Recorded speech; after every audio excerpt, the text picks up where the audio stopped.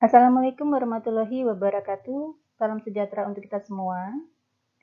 Pada kesempatan kali ini saya akan melanjutkan sharing mengenai mata kuliah Data Warehouse dan Business Intelligence chapter kelima, di mana pada chapter kelima ini materi yang akan dibahas adalah data mining. Oke, berikut adalah buku-buku yang dapat dijadikan sebagai referensi dalam data mining.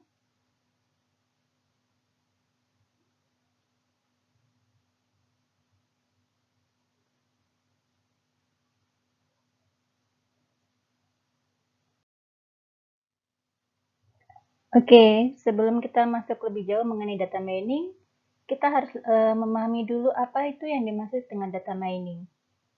Data mining itu merupakan sebuah disiplin ilmu yang mempelajari metode untuk mengekstrak pengetahuan atau menemukan pola dari suatu data yang besar. Proses ekstraksi dari data ke pengetahuan berawal dari data, di mana data merupakan fakta yang terekam dan tidak membawa arti. Kemudian dari data tersebut berubah menjadi sebuah informasi, di mana merupakan proses rekap, rangkuman, dan penjelasan dan statistik dari data. Dari informasi maka akan menjadi sebuah pengetahuan dengan menggunakan pola, rumus, aturan atau model yang muncul dari data. Nama lain dari data mining contohnya ada Knowledge Discovery in Database atau KDD, Knowledge Extraction, Pattern Analysis, Information Harvesting, Business Intelligence, dan Big Data. Ini adalah gambaran dari sebuah data mining di mana data yang sangat besar itu tidak bisa diproses oleh manusia begitu saja. Pemrosesan itu memerlukan sebuah metode ya yang dibantu oleh sebuah mesin.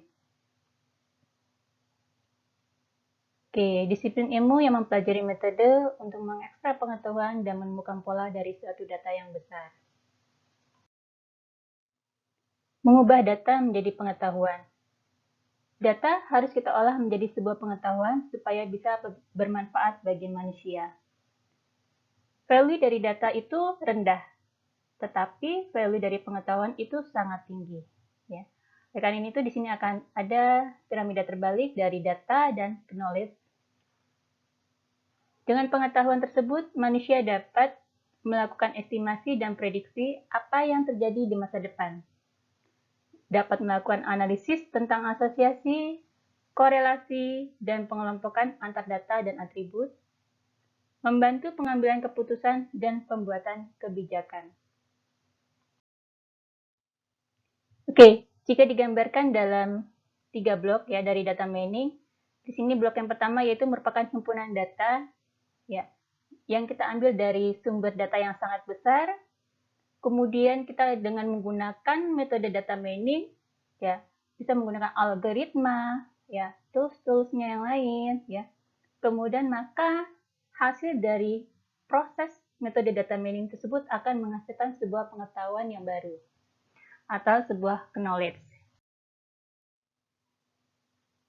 Oke, misalkan di sini ada contoh di kampus, ya.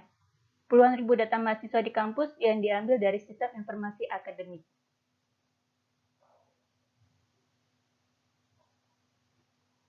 Apakah pernah kita ubah menjadi pengetahuan yang lebih bermanfaat? Tentunya tidak ya. Jarang sekali orang mengubah atau mengubah sebuah data menjadi sebuah pengetahuan yang sangat bermanfaat. Biasanya kalau sudah ada data ya sudah gitu ya. Nah, data-data mahasiswa, data-data kampus itu biasanya berisi apa sih? Nama mahasiswa, daftar nilai, ya, terus ada IPK. Nah, itu bisa kita olah menjadi sebuah pengetahuan yang baru. Seperti apa sih pengetahuan itu? Ya, pengetahuan itu biasanya bisa kita dapat dengan menerapkan sebuah rumus, pola, dan aturan-aturan. Oke, di sini ada contoh data di kampus ya. Misalkan di sini ada NIM-nya, ya NIM dari mahasiswa, ada jenis kelamin, ada nilai ujiannya, asal sekolah, ya, nilai dari mata kuliah yang tersebut, terus kemudian ada data mengenai apakah mahasiswa tersebut lulus tepat waktu atau tidak. Oke. Definisi dari data mining yaitu melakukan ekstraksi untuk mendapatkan informasi yang penting Informasi yang penting yang sifatnya implisit dan sebelumnya tidak diketahui dari suatu data, itu menurut Witten. Sedangkan menurut Santosa, data mining merupakan kegiatan yang meliputi pengumpulan, pemakaian data historis untuk menemukan keteraturan, pola, dan hubungan dalam dataset yang berukuran besar. Kemudian menurut Han, data mining itu merupakan sebuah ekstraksi ya. Tadi disiplin ilmu yang mempelajari metode untuk mengekstrak pengetahuan dan menemukan pola dari suatu data yang besar.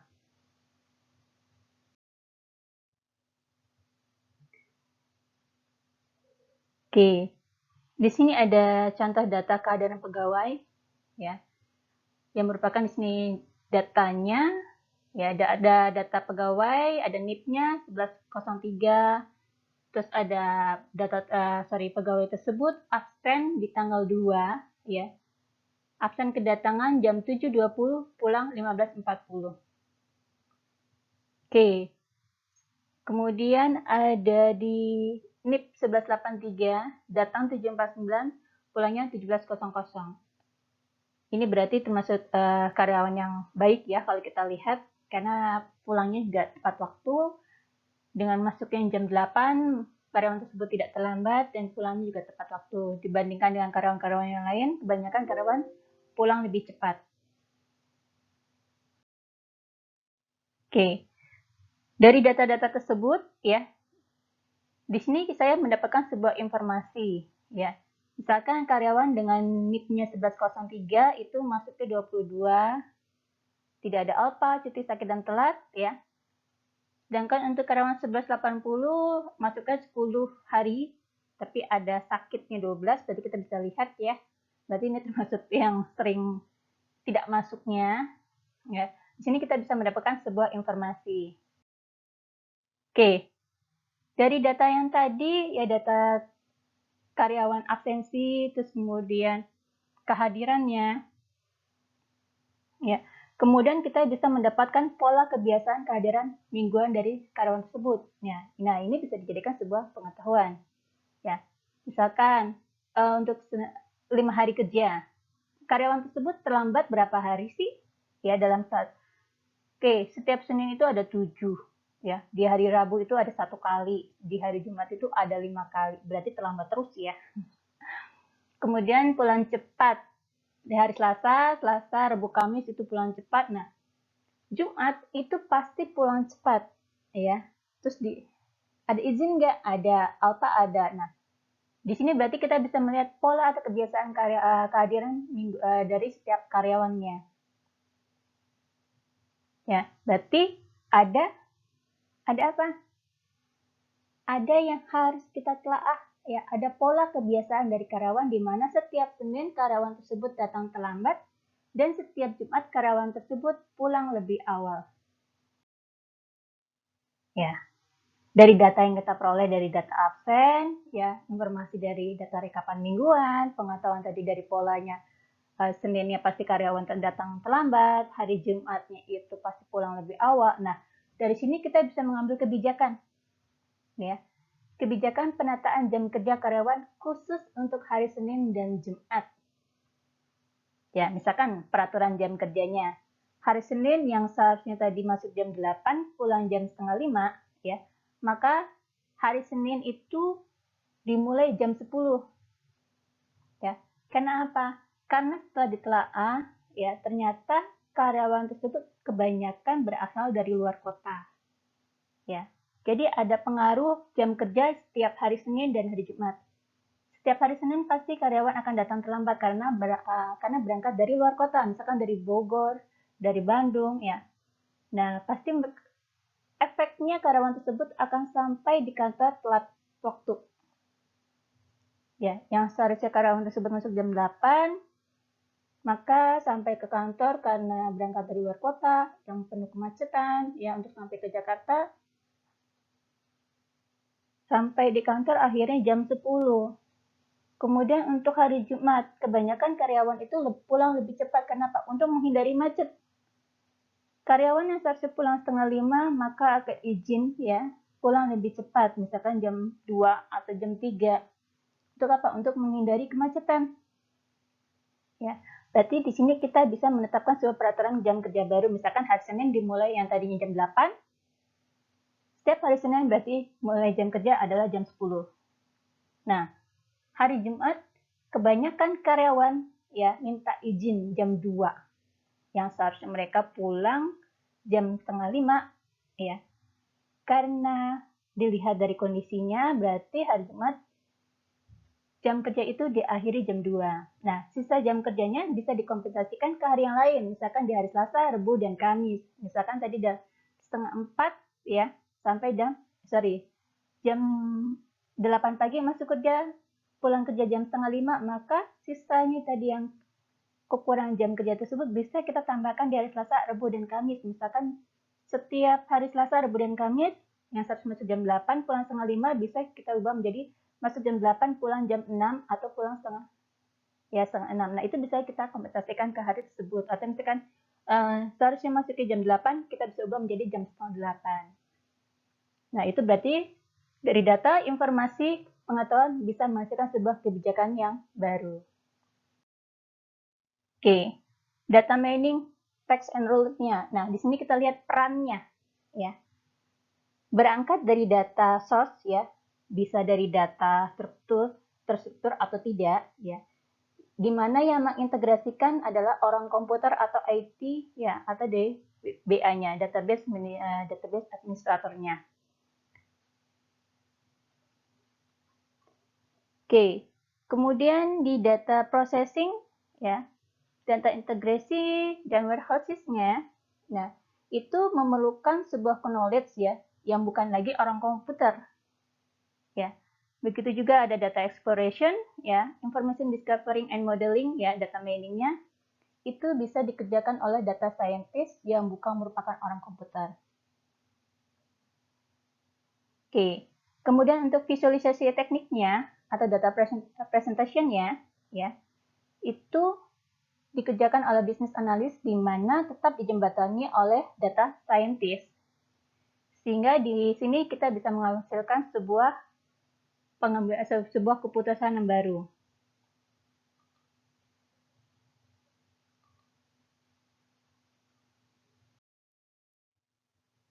Hubungan data mining dan bidang lain ya.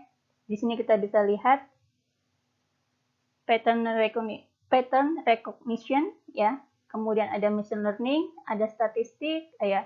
Kemudian ada hubungannya dengan computing algorithm, kemudian ada hubungannya dengan database teknologi.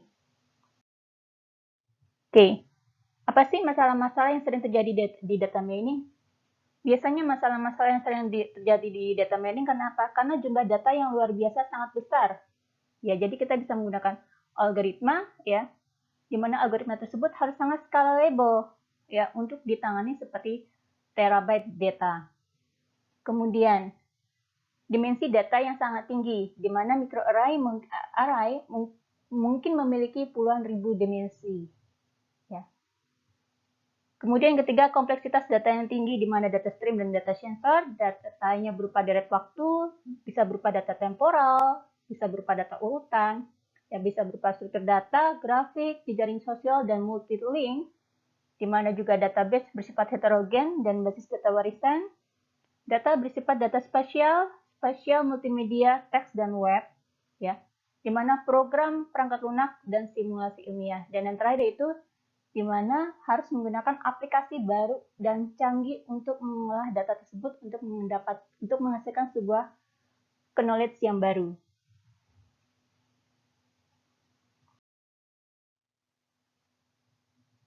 Oke, di sini ada contoh data set iris ya, himpunan data.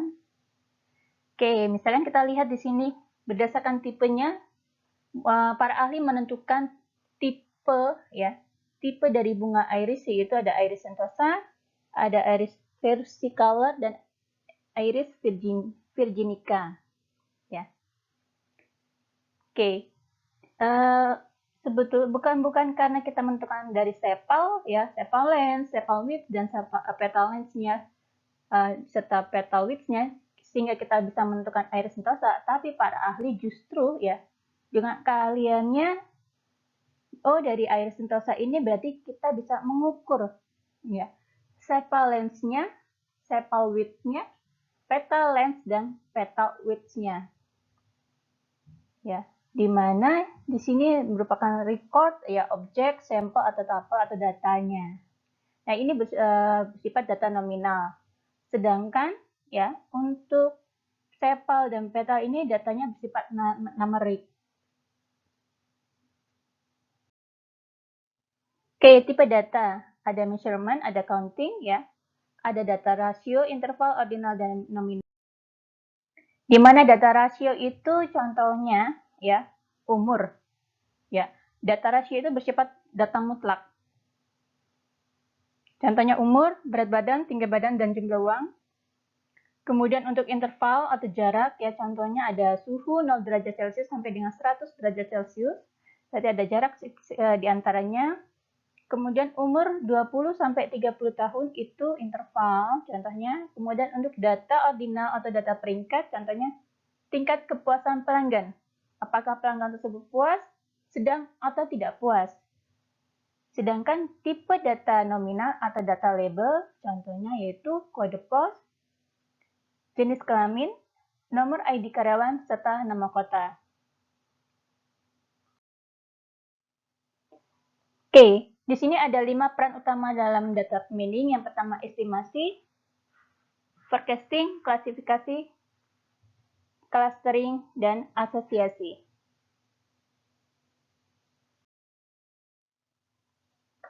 Oke, contohnya di sini untuk estimasi ya, estimasi waktu pengiriman pizza. Oke, misalkan di sini ada customer pertama, jumlah pesanannya sebanyak 3, berarti P, pesanan. Kemudian jumlah traffic light-nya atau TL-nya pada saat kita akan menuju tempat tujuan ya, untuk mengantarkan pizza. Situ ada traffic light-nya sebanyak 3, misalkan jaraknya ada 3 km, atau misalkan ya kita ambil rata-rata misalkan jaraknya adalah 3 km. Maka waktu tempuh yang kita perlukan untuk mencapai keseluruhan tersebut adalah sebanyak 16 menit ya. Begitu juga untuk misalkan customer keempat ya, dengan jumlah pesanan 4, traffic light-nya sebanyak 6, jaraknya ada sejauh 8 km, maka waktu tempuhnya sebanyak 36. Oke. Ini merupakan untuk jumlah pesanan, ya TL, J, dan T itu merupakan label. Oke, dengan adanya data-data tersebut, kita bisa melakukan pembelajaran dengan contohnya menggunakan metode estimasi. Contohnya adalah penggunaan regresi linear, di mana waktu tempuh, ya T, kita dapat itu dari 0,48 T pesanan, ditambah 0,23 TL traffic light, ditambah dengan 0,5 J atau jarak. Ya, waktu tempuh ya, ini merupakan knowledge atau pengetahuan yang kita dapat ya berdasarkan dari rumus. Oke. Output pola, model atau knowledge ya bisa berupa formula atau function ya, rumus atau fungsi dari regresi. Misalkan tadi untuk mengetahui waktu tempuh ya, misalkan dari 0,48 pesanan, 0,6 jarak, 0,34 TL ya. Nah, itu disebut dengan formula, atau mungkin bisa menggunakan decision tree atau pohon keputusan seperti gambar ini. Ya. Atau mungkin bisa kita gunakan model korelasi dan asosiasi atau model rule ya. Kita menggunakan if, then, atau kita gunakan model dari sebuah cluster. Oke, untuk forecasting harga saham ya. Sebetulnya forecasting dengan estimasi itu hampir sama, di mana kalau estimasi itu atribut dan kelasnya tadi datanya bersifat numerik ya. Forecasting data dan atribut data dan kelasnya juga bersifat numerik, tapi ada satu atribut yang bersifat time series. Mana data yang bersifat time series? Nah, ini date-nya, tanggalnya ya. Itu merupakan data time series. Sedangkan ini close, open, high, low, dan volume itu berupa labelnya ya. Dataset harga saham dalam bentuk time series atau berupa rented waktu. di mana dalam forecasting ini kita bisa menggunakan metode neural network-nya untuk pengolahan datanya sebuah pengetahuan yang baru. Nah, di sini ada contoh lain, misalkan di sini ada menggunakan neural network ya, sebuah jaringan saraf ruang. Kemudian di sini kita bisa memprediksi ya, prediction plotnya. Di sini kita juga bisa melakukan forecasting terhadap cuaca. Oke, kita akan lanjut ke klasifikasi ya. Contohnya di sini ada klasifikasi kelulusan mahasiswa, di mana di sini labelnya adalah lulus tepat waktu ya. Di mana untuk menentukan ya, untuk mengetahui apakah mahasiswa tersebut lulus tepat waktu atau tidak, ya itu bisa kita lihat dari nilai ujiannya atau nilai dari setiap mata kuliahnya, ya dari IPS 1, IPS 2, IPS 3, dan IPS 4. Oke, dari data tersebut kita bisa menggunakan sebuah metode atau model ya. Di sini ada model dari decision tree. Kemudian kita akan masuk ke clustering bunga iris ya. Dataset tanpa label. Di sini hanya ada 1, A2, A3, A4 ya. Clustering itu merupakan dataset tanpa label ya. Di sini pembelajaran dengan metode clustering itu kita bisa menggunakan metode K-means. Ya, di mana tadi kita sudah mengetahui dalam iris itu terdapat 3 tipe ya. Nah, di sini kalau kita gambarkan atau kita gunakan model berupa klaster, maka di sini akan terbagi menjadi 3 klaster ya. Ada klaster biru, hijau, dan merah. Di sini juga ada clustering jenis pelanggan. Di sini juga tidak ada labelnya. Kemudian yang kelima, kita akan masuk ke aturan asosiasi pembelian barang. Asosiasi merupakan sebuah aturan seberapa erat hubungan, ya. Di sini kita bisa lihat seberapa erat sih hubungan antara gula dengan kopi, gula dengan aqua, gula dengan popok, ya. Di sini kita bisa lihat transaksi pertama, ya. Pelanggan membeli gula, membeli kopi, membeli sabun, sampo. Kemudian pelanggan kedua di sini membeli kopi tapi nggak membeli gula, ya, malah membeli popok, spray, kemeja, dan celana serta boneka. Nah, dari aturan asosiasi ini kita bisa menggunakan metode FP-GOT, ya. Kalau kita menggunakan sebuah aplikasi Rapid Miner, maka kita lihat hasil dari model tersebut, ya. Di sini kita bisa lihat ada hubungan orang membeli aqua pasti akan membeli sabun, ya. Orang membeli spray juga akan membeli kopi. Orang membeli aqua akan membeli kopi. Ya, ini kita lihat asosiasinya. Oke.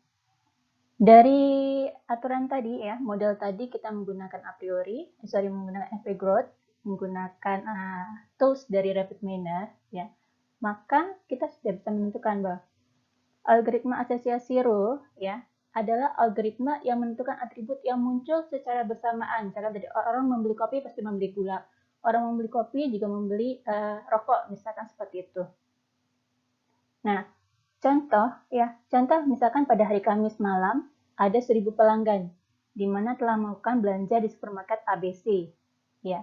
Di mana dari data 1.000 pelanggan tersebut ya diketahui 200 orang membeli sabun mandi. Dari 200 orang yang membeli sabun mandi, 50 orangnya membeli Fanta. Ya. Jadi di sini kita bisa mengetahui bahwa asosiasi rule-nya menjadi if then. If ya, jika membeli sabun, ya, jika membeli sabun mandi, then membeli Fanta. Ya. Dengan nilai support-nya 200 berbanding 1000 sama dengan 20%. Di mana support itu merupakan coverage, sedangkan kalau confidence itu merupakan akurasinya. Nah, di sini kita bisa mengetahui nilai confidence atau nilai akurasinya sebesar 50/200 yang artinya sama dengan 25% itu nilai akurasinya. Ya.